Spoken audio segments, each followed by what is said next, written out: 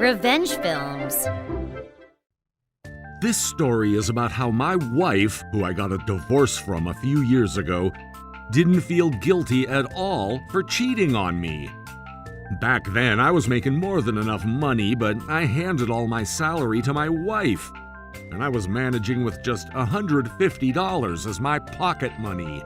On the other hand, my wife was having fun with her secret lover, going out for lunch and going to hotels.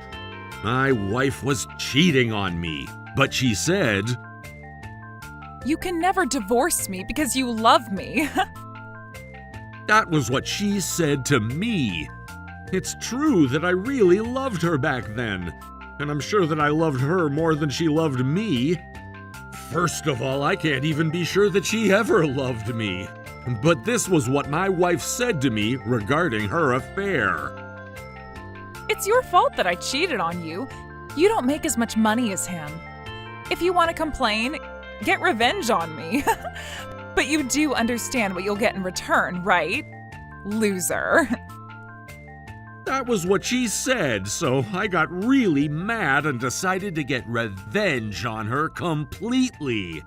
At last, my wife would tell me, "You can't be serious. I'm gonna kill you."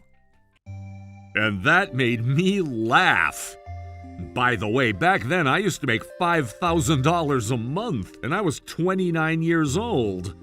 I don't want to compare myself to others, but I think it's a decent amount. I think my salary was relatively high. But to be honest, I had no confidence in my appearance, and my looks were below average. Before I got married to my wife, I'd never had a girlfriend, and I thought I'd stay single forever. Then I met my wife. I met her through my friend, and I got a bit too excited because she was the first girl to treat me nicely. Then we started dating, and I tried so hard to make myself look good in front of her. I really tried hard. I planned out our dates perfectly, did a lot of research, and took her to expensive restaurants all the time. I treated her like a princess, and my wife probably felt good too, so she was actually the one who proposed to me. "Hey, want to get married?" "I don't mind marriage if my husband is you, but I'm gonna be a housewife after our marriage." That was what she said. To be honest, I was serious with her, and I always wanted to marry her. So I quickly agreed without giving much thought. I was on cloud 9, but I soon figured out that it was far from my ideals. I figured that she really had no interest in others except for herself. She volunteered to become a housewife, and that wasn't a big deal. Even if she didn't work, I made enough money, and I was aware that she'd become a housewife before we got married. The problem was her attitude towards me. On a daily basis, "I don't want to, but do you want me to cook for you? I'm so tired, but I did the housework for you." she always looked down on me no matter what she did. Actually, there were times when she didn't cook for me, and sometimes the house was a mess. It was all up to her emotional state and whether she felt like doing housework or not. She'd only do something if I asked her in the morning. I really wonder how I managed to stay married to her for long. But I was madly in love with her, so when I woke up, I would say, "It would be nice if you can cook for me. I want you to do some housework, but are you okay with that? The house looks flawless when you're the one who does it." I would flatter her even more than that, as if to praise her. But then she started giving me less pocket money. Back then, my wife told me one-sidedly, "You don't need $300 for pocket money. Half of that should be enough." That was too much, so I said, "Please, no, I can't survive." When I said that, she slapped me hard in the face. Despite making enough money, I had to save up, and she even took away my pocket money, so I was really sad. But I was still enduring it. I was in love with her, and I was grateful that she married a guy like me. But one day, she suddenly revealed that she was cheating on me. What's worse was that she looked down on me completely. He is way more attractive than you, who only makes a small amount of money. There's a huge difference between you and him. I felt like I'd had enough, so I said, "Then let's get a divorce." My wife easily said, "Okay." And since then, she incautiously started to brag about her secret lover. But actually, I was recording all of it while she talked. I've been devoting myself to her all this time, but the moment I realized I'd had enough after she revealed her affair, I started to think that I'd get a divorce and make her pay for compensation. After she revealed her affair, I investigated her spending, and as expected, she had spent more than $75,000. She even cut my pocket money, so I decided to get proof by recording her voice. And when she became aware of me getting ready and hiring a lawyer, she said, I'll kill you! She attacked me, looking like a demon, but I easily escaped her grasp. "You're no longer my wife or anything, so I'll have you pay for compensation and pay me back all the money you've spent." When I said that, she literally went crazy. But reflecting back, I think I was stupid. I would even buy cakes on my way home from work to make her happy, invite her to eat out on my days off, and saved up money to go on trips together.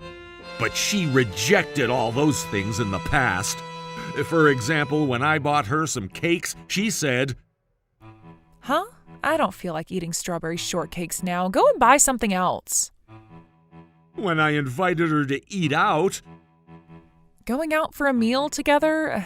We don't look like a good match, so I'll pass. I saved up money from my little pocket money, planning to surprise her with a trip. And when I told her about it after I had enough savings, Huh? A surprise trip? Disgusting. Then give me the money you saved. I'll go on a trip with my friend. she took away my money like that. And she actually went on a trip with her friend. She's been using my salary as much as she liked, but she even took away what I saved from my pocket money. Not only did I make her suffer the consequences, I also made her secret lover get what he deserved. It looks like her secret lover was also married, and because my wife revealed their affair so easily, I sent his family the information as proof. Then it seemed that he was living with his parents-in-law at their house. So not only did his wife find out about his affair, but his parents-in-law also found out. He panicked and got in touch with me. "My life is ruined because of you. I'm asking for compensation." That was what he said, but he quickly realized that was basically impossible and was devastated. In the end, I asked both my wife and her secret lover to pay me $50,000 each. You think a guy like you can make me pay for compensation? You better thank me for marrying you. I had to waste my time because of that, so you should be the one paying. She made a fuss, but my parents-in-law came to my help. My parents-in-law thought of me highly because I had a high salary and a stable job. They also seemed to understand about their daughter's horrible personality, and they were actually thankful for me accepting her as my wife. But it turned out that she was cheating on me, and she even wanted money from me as compensation, so her father got furious. And during our meeting, he slapped her hard in the face. "Do you not understand how lucky you were until now? But you decided to let such a happy life go. Both your mother and I can't put up with you any longer. You better reflect on your mistakes and live alone. We'll never let you in our house again. He announced that they'd be breaking relations with her. In the end, she ended up being in a lot of debt to pay for compensation money. And now she works part-time at a convenience store during the night and as a janitor during the day while she lives in a worn-out apartment with a small kitchen. That's what I heard. Well, she deserves it. I've been married to my wife who treated me horribly and badmouthed me all the time. And reflecting back, I think she was pretty horrible to me. So I have no regrets about getting a divorce. When I told my colleagues about how I ended up divorcing my wife, I respect you for enduring all that. You were right to get a divorce. That's what he told me. Well, the average age of marriage is getting older nowadays, so I still haven't given up on getting remarried, but only if I meet the right person. My name is Sarah Smith.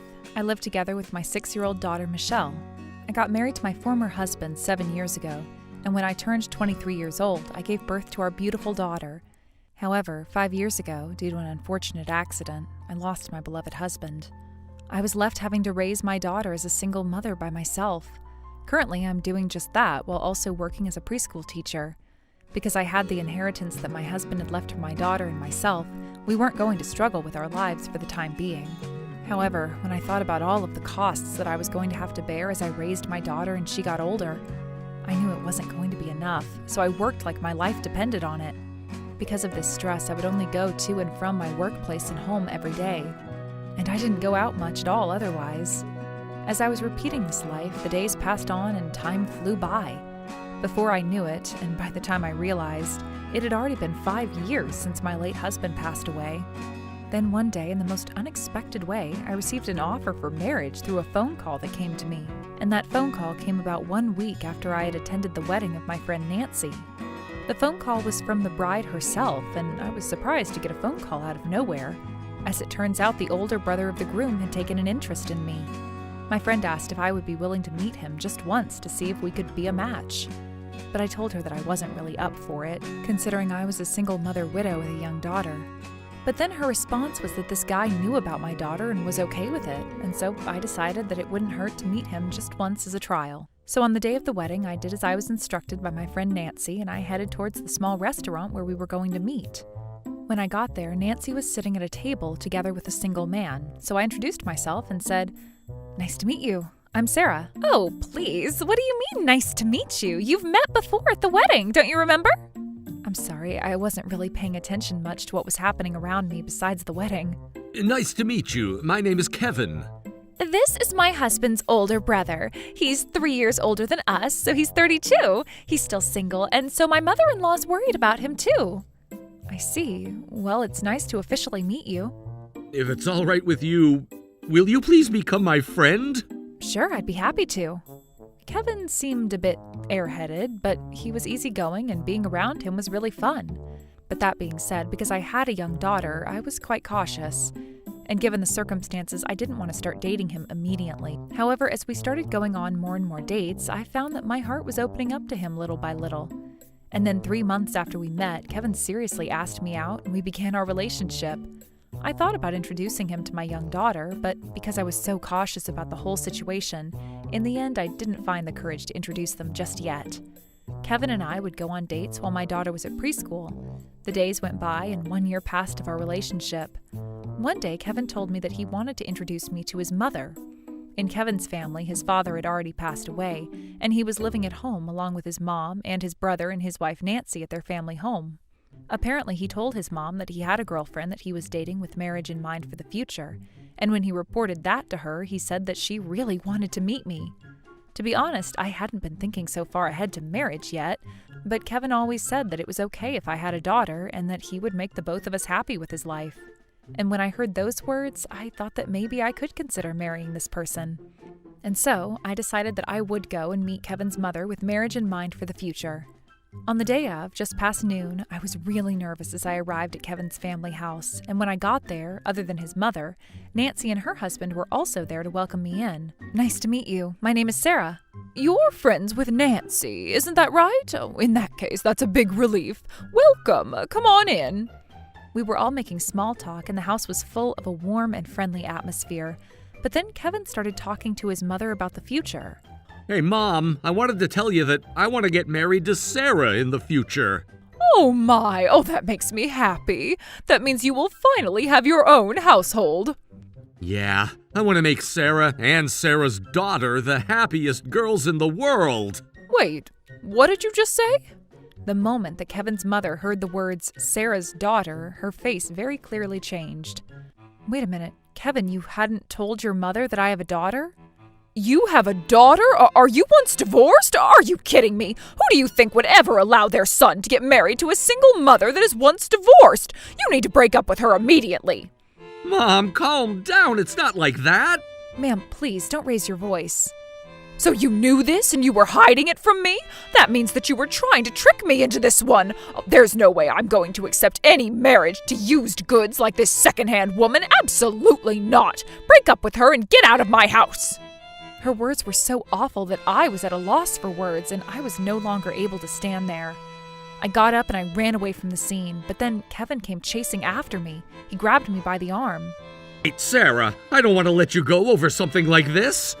But if your mother is going to say that much, there's no way. Don't worry. I have a good idea. What is it? Why don't you send your daughter off to an orphanage? If you put her in a care center, then my mom probably won't be against our marriage. Excuse me? Did you just say put Michelle in an orphanage?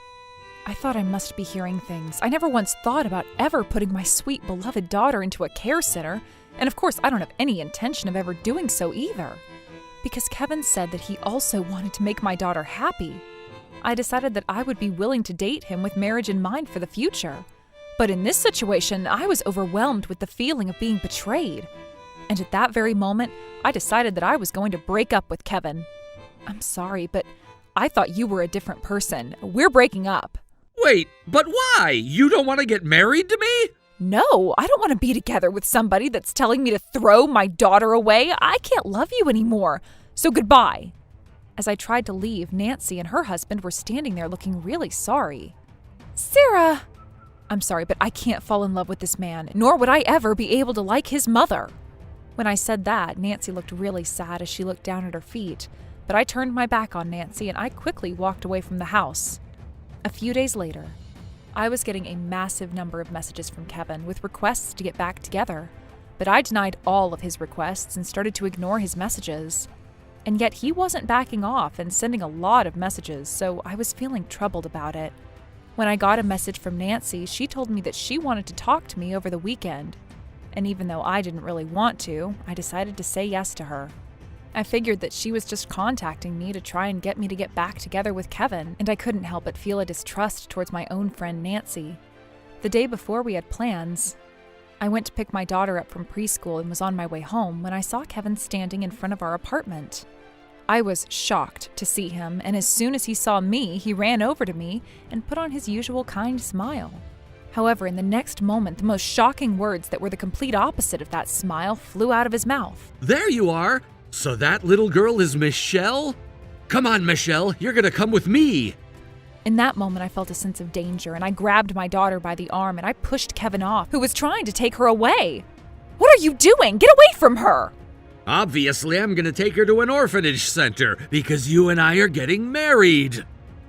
I looked at my daughter, who was shaking from head to toe with fear, and I used all of my strength to grab her back from Kevin, and I ran into the apartment and locked the door. And then I held my daughter in my arms, who was still terrified and crying. I realized that maybe I might need to move in the near future, and with everything that happened, I was unable to sleep that whole night. The next day, after I sent my daughter off to preschool, I headed towards the cafe, where I was supposed to meet Nancy. As soon as I got to the cafe and Nancy saw me, her eyes welled up with tears. But I didn't have the emotional capacity to care for Nancy at the moment, so as soon as I opened my mouth, I told her everything that happened yesterday. But then suddenly Nancy started crying out loud. I completely thought that she had called me out today to try and get me and Kevin back together, so I was shocked at her reaction. And then Nancy said, "Sarah, I am so sorry. I had no idea that my brother-in-law and my mother-in-law were those kinds of people. And this whole time, I really regretted introducing him to you to begin with. This was all my fault." "Really?" "My husband also feels terrible and wanted to apologize to you too. And after we thought about everything, we've decided not to live with them anymore." "What?" "Ever since you broke up with him, my brother-in-law's been depressed and he can't even get around to his work. So I heard he's about to get fired from his job. If we move out, then I can already see that my husband's family is going to fall apart, but my husband says that's fine." "Are you sure it's okay for you guys to do that?" "Because I watched with my own eyes as they hurt a precious friend of mine. What else am I supposed to do?" Nancy. After that, Nancy and her husband really did move out of their family house, and they cut off all ties with Kevin and his mother. After Kevin and I broke up, apparently he was making so many mistakes at work that the company didn't know what to do with him anymore and they fired him. His mother was living off of Social Security and there was no way that she would be able to support the two of them, and so they were both stuck having to be in debt to consumer finances in order to survive. As a result of that, Kevin was going to spend the rest of his life single while fighting with his mother, as the two of them lived together. As for me, after everything that happened, it actually deepened my relationship with Nancy, and we started seeing each other more often. Not long after that, Nancy also became pregnant and gave birth to a beautiful child. And these days, our children play together while we hang out as fellow moms. In order to make sure that Kevin doesn't stalk me, I moved out of my old apartment. But when I moved into the new place, I fell in love at first sight with a man who lived in the same building, and we began dating. Recently, he's also started playing with my daughter, and I've been very lucky to develop a beautiful relationship with him. From now on, I'm going to prioritize my daughter and make sure that I don't get caught up with any terrible men like Kevin. And while raising Michelle, I hope to also think about my future happiness little by little as well. My name is Manami, and I'm a regular college student. I'm currently in an outdoor explorations club, and I've been having the time of my life hanging out with my friends every day. But my life hasn't always been this fulfilling. I was a loner and didn't have many friends when I was in high school. And this girl called Tomoka right here was the reason why I was like that during my high school years. Tomoka and I were in the same class, but it wasn't like we were close with each other. But one day, I ran into her at the shopping mall when I was out shopping for some clothes. She didn't recognize me at first, so I just stood there silently and watched her as she grabbed a necklace from one of the stores in the mall and put it in her bag. Then she started to walk away, and that's when I figured out what she was trying to do. I couldn't just let her get away with shoplifting, so I ran over to her and said this to her. "Hey, you just grabbed the necklace and put it in your bag, right?" "What?" "Can you show me what you have in your bag?" And when I shoved my hands in her bag, I managed to grab the necklace that she had stolen from the store. Please, don't tell anyone that I did this. Please. Tears started running down her cheek, and I felt really bad for her. So I told her that I wouldn't tell anyone if she returned the necklace to the original position, and promised to never do something like this again.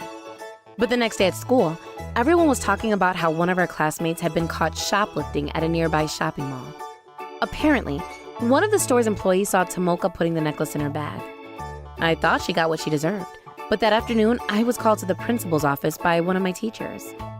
Tomoka and the principal were waiting for me in the room when I got there, and that's when Tomoka said something unbelievable. That's right. Manami was the one that tried stealing that necklace from the store in the shopping mall. I saw her grabbing the necklace and putting it in her bag without paying for it. What? That's ridiculous. I didn't do that. It wasn't me. I tried clearing my name, but the principal refused to believe me.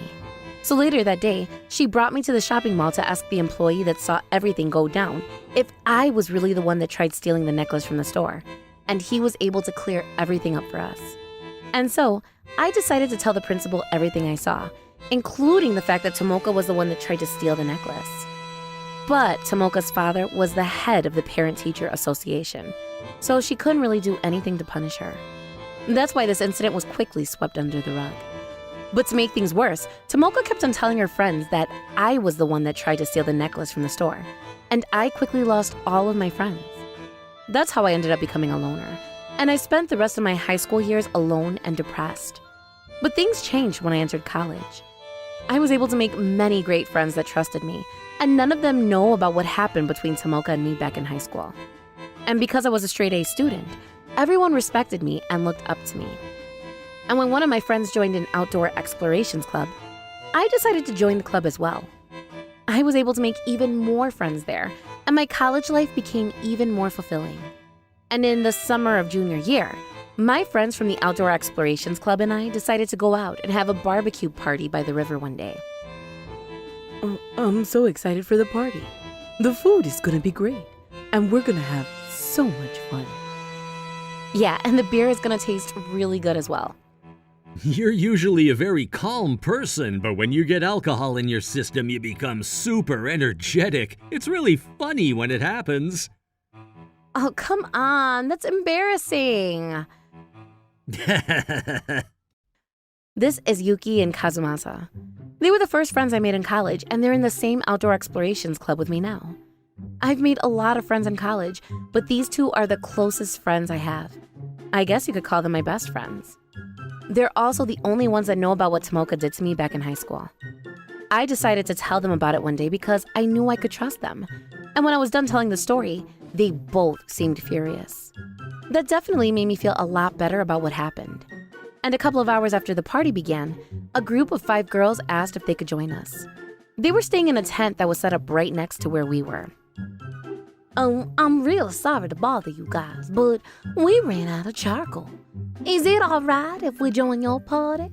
We've got plenty of food and can share some with you. They were all about the same age as us, so we welcomed them with open arms.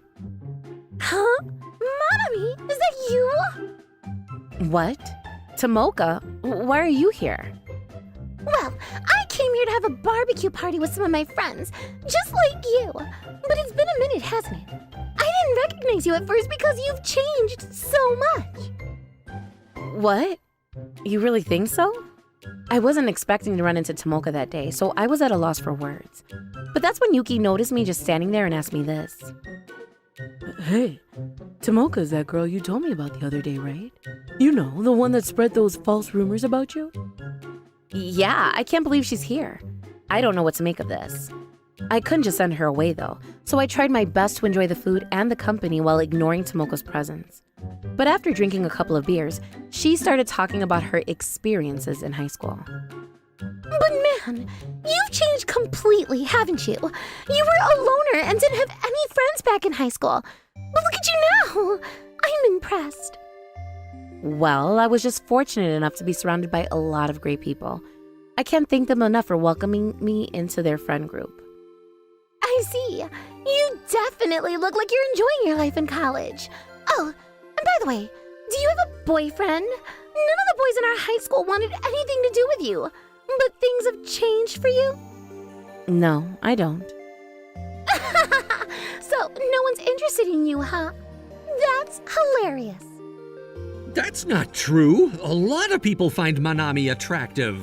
They just don't have the courage to admit it. Really? Well, why don't you go out with her then? But I should warn you, Manami can be a pain in the ass to deal with. And on top of that, she's still a virgin, so... That's a hilarious, Tomoka. Well, it's the truth, you know. So, what do you say? Are you going to go out with Manami? People find her attractive, right? Come on. What's it gonna be? Kazumasa stood there for a couple of seconds, unable to say anything.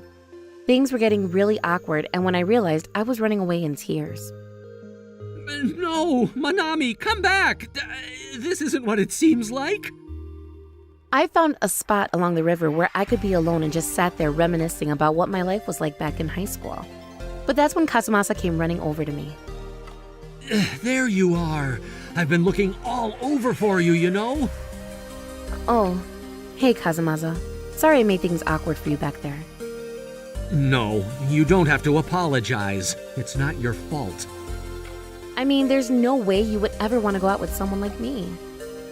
No, you're wrong. I do want to go out with you.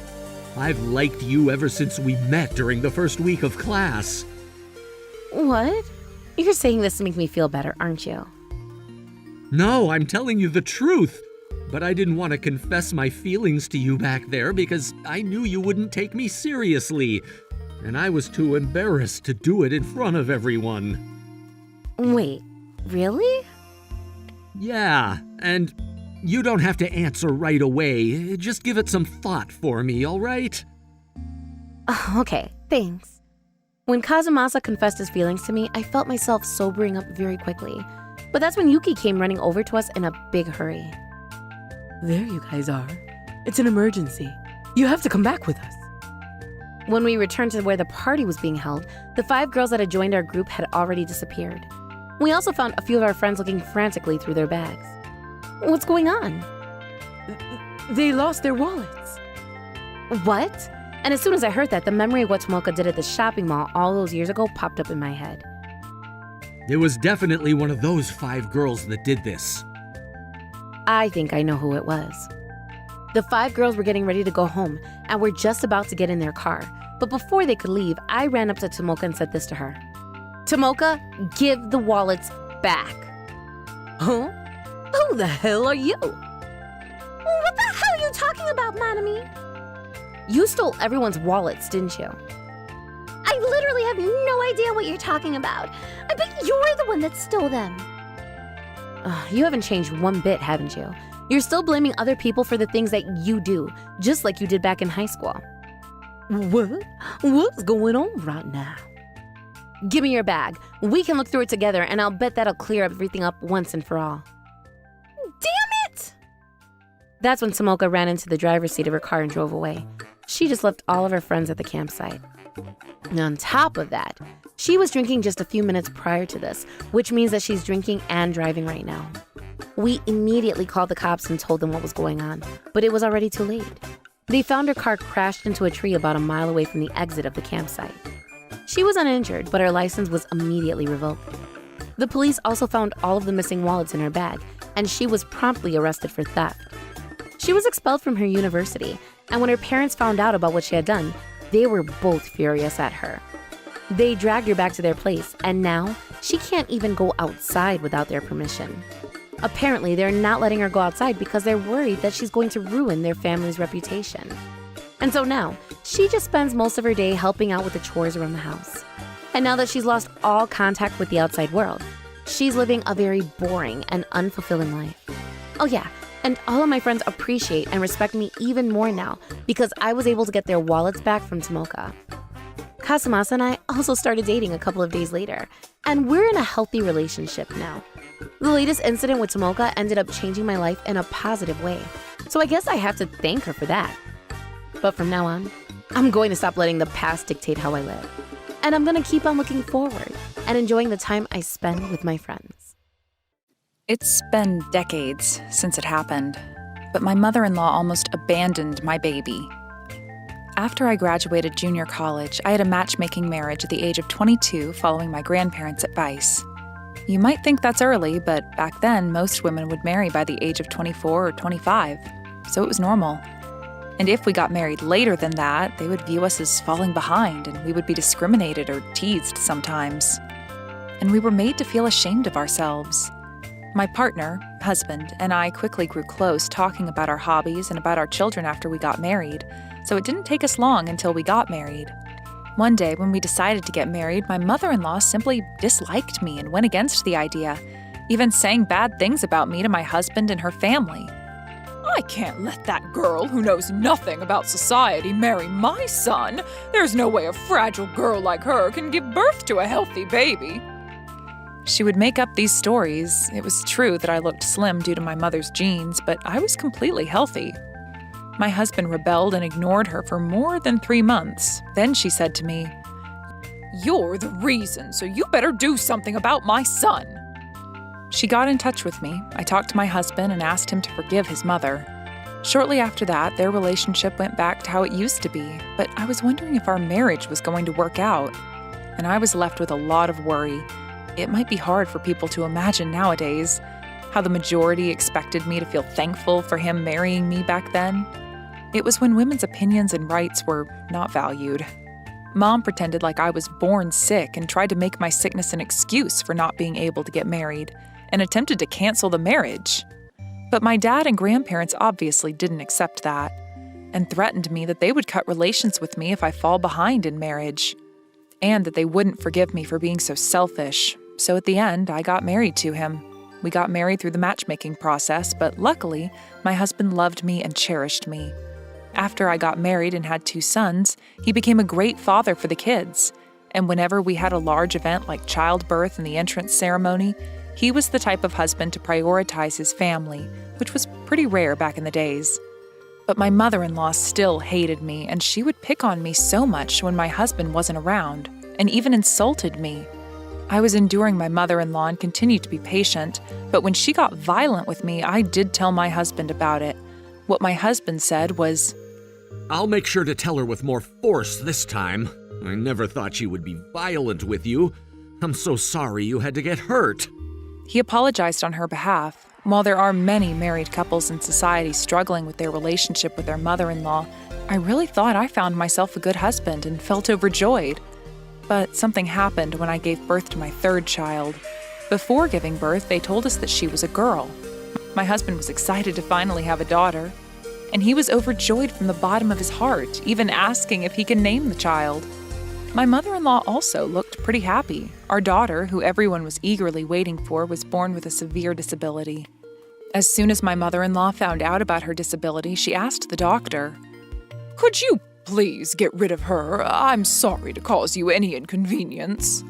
She said as if that was nothing. My husband was silent, and the doctor replied, There's no way we can do that, nor will we do that. Please, take good care of her. Then she continued, "How much do I need to pay to have you get rid of her?" She was not backing down. She was saying all of this towards a baby who was just born. How could she say those things to a newborn? How come she has no hesitation in abandoning such a cute being? I was trembling with rage. The doctor was shocked by her attitude and looked at me with consoling eyes. When I went back to my room where I was hospitalized, she said to me, "See, I told you. There's no way an unhealthy wife like you can give birth to a healthy baby. That's why I disagreed to the marriage from the beginning." When she looked at her son triumphantly, my husband still didn't say anything and stayed silent. My 1st and 2nd baby were both healthy, but as soon as she saw my child born with a severe disability, she started saying those things again, and it was simply unforgivable. But I was also very disappointed with my husband, who never talked back to his mother and expressed his emotions. I found this out later, but according to a recent research, my daughter's disability is most likely caused by the father's genes. But back then I had no idea about it. After a long fight, my daughter went to an eternal sleep at the age of 2 years and 4 months. The funeral for my daughter, who had always been sick, was quietly held with just our family members. Both my husband and my mother-in-law didn't shed a single tear, and she even said, "The problem finally passed away." When she said that to my husband, he lightly nodded. At that moment, I felt everything vanish. Shortly after, I decided to pack up my things and leave the house. When my husband found out about my decision to leave, he begged for mercy, saying, Don't go! as he cried and tried to stop me, but I could never forget about how my husband gave her a nod. He was very excited until our daughter was born, but until she fell into an eternal slumber, he barely interacted with her. He treated her as if she was never there, and never even mentioned her, as if to say that he only had 2 sons. Then my mother-in-law would treat us as their burden, insult me with harsh words, but he would not even try to stop her. After all that, I wondered how he managed to believe I still loved him. No matter how much he begged, I never felt like going back to him. So I left the house with my 2 sons and got a divorce. I could easily imagine my mother-in-law laughing out with joy after our divorce, but I couldn't care less. 10 years later, I have no idea how he figured out my address, but my ex-husband suddenly visited my house. And he asked me if we can get back together. I never asked, but he told me everything that happened in the past 10 years. And it seemed like he was doing well a few years after our divorce by starting his own company. But his employee ran away with the profit and he was left in debt. That's why he wanted my help and wanted to get back together. how am I supposed to help him? I would never forget how my husband never paid attention to my daughter and what he did when my daughter passed away that day 10 years ago. I made him leave, saying I can never forget him. Fortunately, he left us alone after that. 20 more years passed. During that time, I stayed single and aged over time. My sons, who became adults, said they wanted me to rest after bringing them up alone as a single mother. And they were supporting me with the living expenses after getting into a good company. My sons also met their significant others, and they both got happily married. Even after their marriage, both of them support me. What a wonderful son I gave birth to. One day, I have no idea how she got to know his number, but my mother-in-law called my first son, telling him that my ex-husband passed away. He used to adore my sons, so they didn't have any bad memories with him. But they also couldn't recall any happy memories with him, so he wasn't really sure about it. My mother-in-law, who had aged, said to him, "You're my grandson, so it's natural that you look after me. Let me move in with you. I have a sore back and I can't move, so come pick me up." She apparently told him that as if it was normal. I didn't know where they heard about it from, but my sons knew from the people around me that my mother-in-law had been mean to me in the past, so they really hated her. Their only sister was also treated horribly by her, and they knew that I was the one who took the precious, adorable life seriously. So my son said to her, Who would want to live with you? How dare you ask to move in after all the insults you threw at my mom? We brothers will never, ever look after you. Go to hell. Then he hung up. My ex-mother-in-law believed that when she struggled to make a living and was unable to walk, her grandsons would do something for her.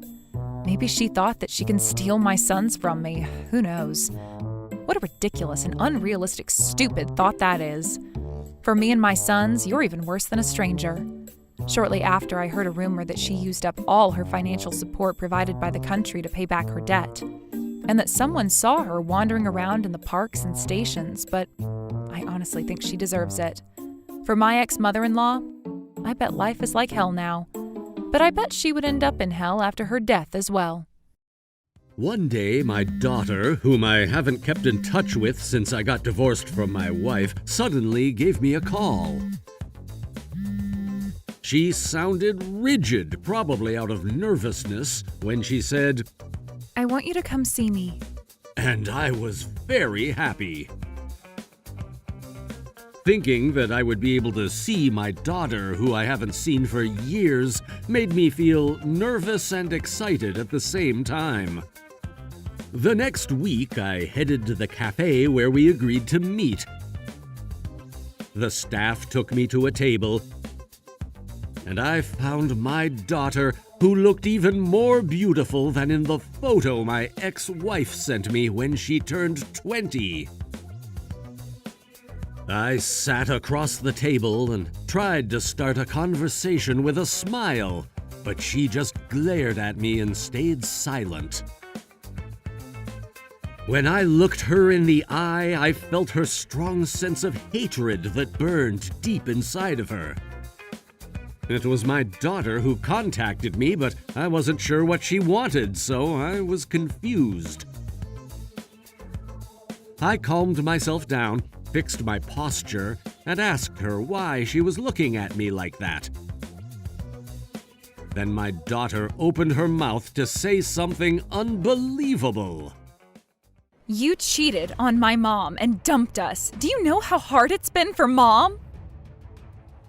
I really had no idea what she was talking about, and I was very confused.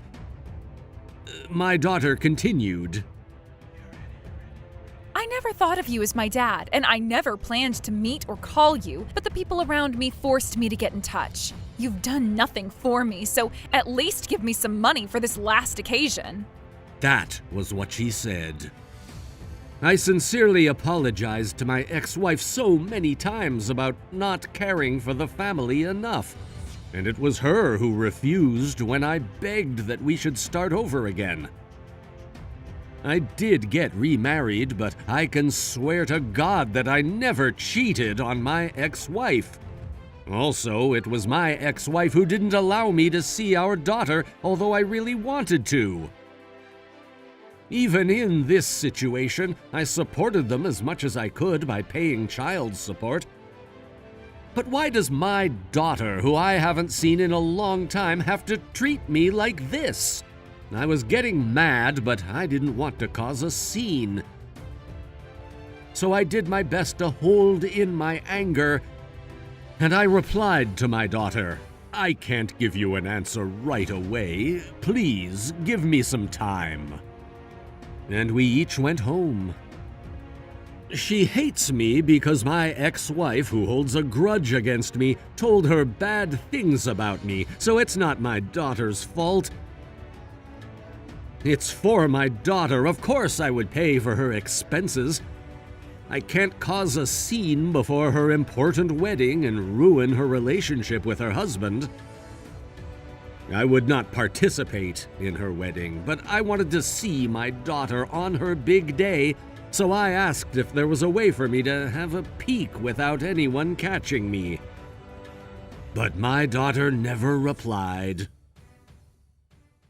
A few months later, on her wedding day, I felt reassured to see my daughter in her dress and her husband, who looked trustworthy, from the corner of the wedding venue. I knew I should leave as soon as possible, but I wanted to tell her congratulations and give her some celebration money. So I asked the staff if I could talk to my daughter in private. After the wedding, when I was alone with my daughter, knowing that this might be my last chance to see her, I got desperate to tell her the truth. And I stood in front of her as I grabbed her shoulder with both of my arms. At that moment, my daughter made an expression full of hatred. Disgusting! Don't touch me! She aggressively rejected me. I was so shocked to hear her say that. Everything I was planning to tell her disappeared from my mind. My daughter, who was in shock, looked at me and said, If you're here to give me celebration money, just leave. I don't want to see you ever again. Then she walked away. She one-sidedly refused me, and the fact that she said I was disgusting when I tried to explain left me deep in shock. I felt broken-hearted. 2 years later, I received a call from an unknown number, and I answered. It turned out to be my daughter who was calling.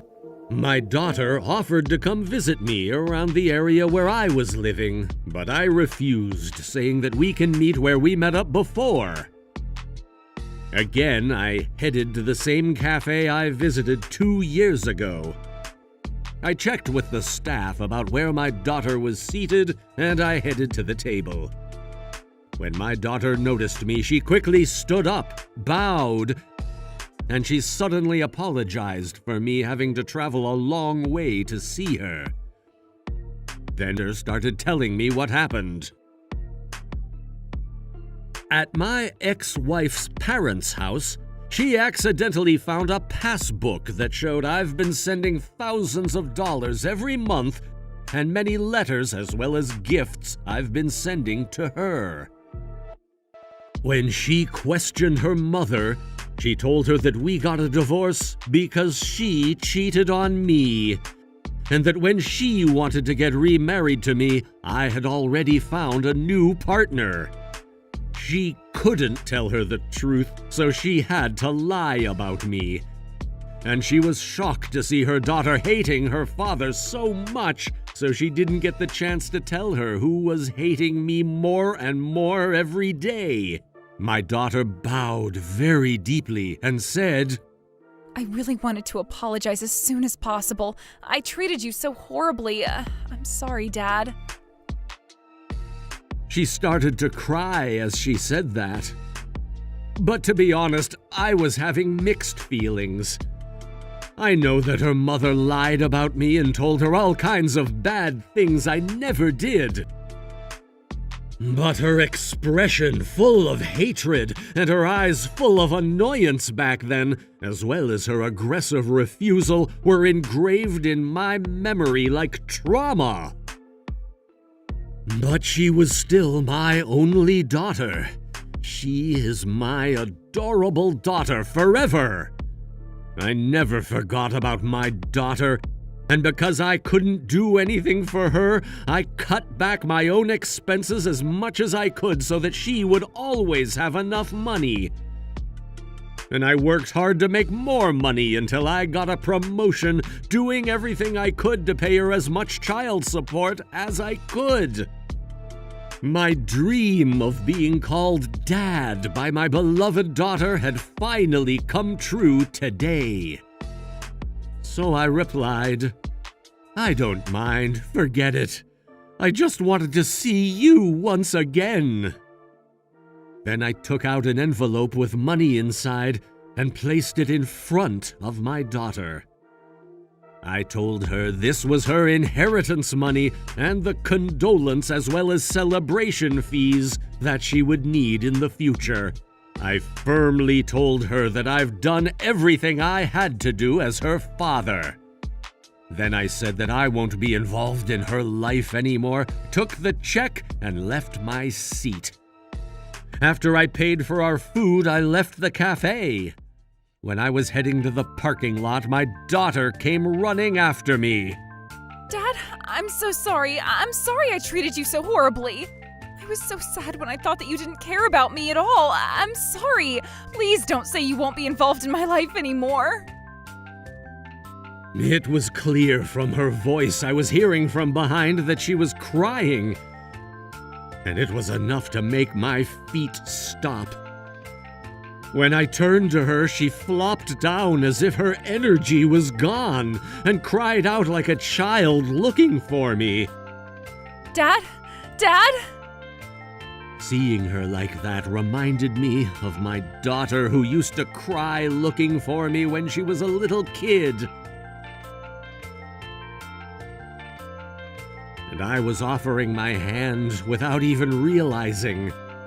When she held my hand, although I was the one who said I'd stop getting involved with her life, I realized how much I loved my daughter and hugged her tightly. Then my daughter told me all kinds of things.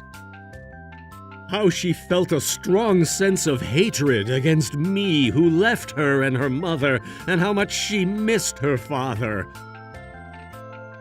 Wondering why I never contacted her, and feeling like her father never cared for her, which she couldn't even confess to her mother. After I heard how she was feeling, it made me cry to know that she had her own struggles.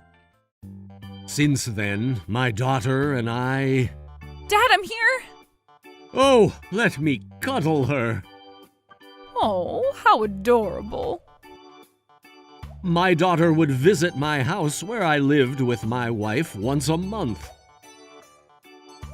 I forgave my ex-wife for lying to our daughter, and I was finally able to meet my daughter casually. 3 years after the wedding, I wasn't able to see her often after she got pregnant, but we kept in touch. And when she gave birth, she sent me a video of her baby. Now the baby can travel far distances, so I invited my daughter's family over to my house. My daughter gave birth to a baby girl, and she was adorable, looking just like my daughter. They had a good relationship with my wife, and her husband was also a very nice person. Since the time my daughter contacted me for the first time, I felt a wide range of emotions. At first, I was in despair, but because I went through all of that, we're here right now. So I think that was something necessary. Overall, I am very happy with my life now.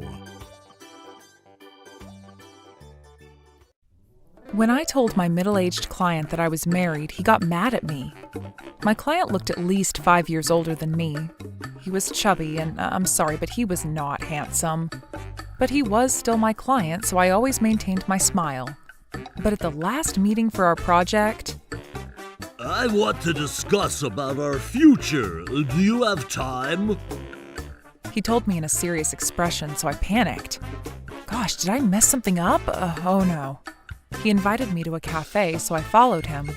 As soon as we arrived at the cafe, he said, 2 cups of coffee, please. he ordered some drinks. What do you want to eat? He asked me what I'd like to order. I just wanted to know what he had to say, and I was too busy worrying about what he would say, so I said I wasn't hungry. What would you like to talk about? I tried to initiate the conversation. Then, Oh, it's about our future. I knew you'd want to talk about it as soon as possible. he then started talking. First of all, if you want to continue working, I don't mind, but I don't want you to work so hard that it would affect the housework and childcare at home in the future. When I heard those words, I was relieved to know that he wasn't going to scold me. Yes, I'll try my best. But from the next few sentences, I started feeling confused as I realized something was off. I understand that it might be hard, but I think we should at least have 2 children. Maybe 4 would be ideal. That's what I think, but how about you? 4? 4 might be too much, but I can try my best and aim for 2. By the way, would $1,500 a month be enough for the living expenses? Huh? There would be so much left if I had $1.5K a month. That's a relief. By the way, don't worry about the rent and electricity bills. My parents, who'll be living with us, are going to pay. I've been confused for a while now, but I still managed to reply, after hearing him say that. I really thought this conversation was going in a weird direction. What does that mean? I have a lot of friends, so I'll have to go drinking every week, and I even go on overnight trips sometimes, but I'll never cheat on you, so I hope you can trust me and follow me. Then I finally realized what was going on. Huh? Please, wait a moment. I tried to stop him, but this middle-aged guy ignored my words and continued. So, when do you want to have our wedding? I personally want you to wear the traditional white costume. I bet my mother would also prefer that. For our honeymoon, you could make some requests. You know we have to make a baby during our honeymoon. It should have a nice atmosphere. He smirked when I saw his face and heard those words. I got chills realizing that he was imagining things with me. I tried to stop his crazy thoughts. Wait a minute, I'm already married. I couldn't help but shout. Then he glared at me with contempt and said, Oh, really? Then he left, leaving me all alone in the cafe. He didn't even pay for his drink. I was very confused, and I just felt really disgusted. I hoped I'd never have to see him again. But the next day, it was clear that things weren't over yet. When I went to work the next day, my boss called me. I was wondering what I had to deal with now, but on the day we went to the cafe together, he told my company that I had made the first move or that I never told him I was married, and made up all sorts of lies to complain. He even said that he didn't want to work with me anymore and to have me leave the project. So, simply put, my boss thought that I had an affair with him. He yelled at me and questioned me. I only saw him when we had work meetings and we both participated in some drinking parties with our team, but we sat far away from each other. I've never met him in private. I shouldn't have gone to the cafe with him. I deeply regretted that. I was worried that my boss might not believe me, but I told him everything. At first, he was very mad, but after he heard me out, he apologized for believing all the things that he said without checking. After that, my boss contacted my client's company, and it turns out that he was known to be a bit weird. Fortunately, his stories had no proof and weren't coherent. So my boss discussed the matter with them and agreed that the affair never happened. And this was what my client's boss said, but the middle-aged guy would complain so much that nothing gets done if the person in charge was a man. So they were managing to get work done by having a female employee deal with him. For this project as well, they asked for a female employee to be in charge. And my boss also felt like something was off at first, but because the project seemed profitable, he gladly agreed. Regarding that, I said, "I would have preferred if you told me these things before the project started." Then my boss replied, I didn't know the reason behind it. I'm sorry. That's what he said. But my company took this matter seriously, and I made them promise me that nothing like this would happen anymore. By the way, if he was already known to be crazy within the company, they should have just fired him, or made him work in a department where only male employees worked. But he seemed like he had a lot of connections, so it was hard for the company to deal with him. Amidst all of that, the project was launched. I felt down knowing that I had to meet him again. But during the month of the project launching, he never attended our meetings. I was wondering what happened, so when I asked my boss, he told me that he got fired.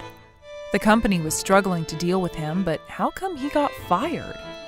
It looks like he just made a move on a young female boss from a large company that was well known in the industry, who he should never get his hands on, and she sued the whole company. And it was revealed that the company had been ignoring the problem despite being aware of it. So it became a huge issue and was taken to court. The company quickly fired him, so they were able to minimize the loss.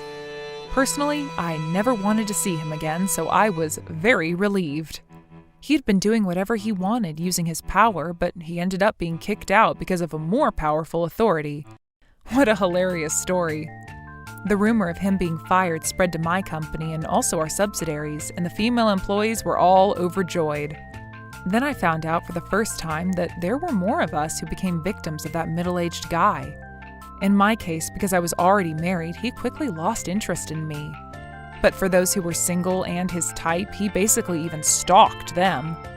They had to exchange contacts to get work done, so after he got their number, he would call them 24/7 and forcefully ask them on dates.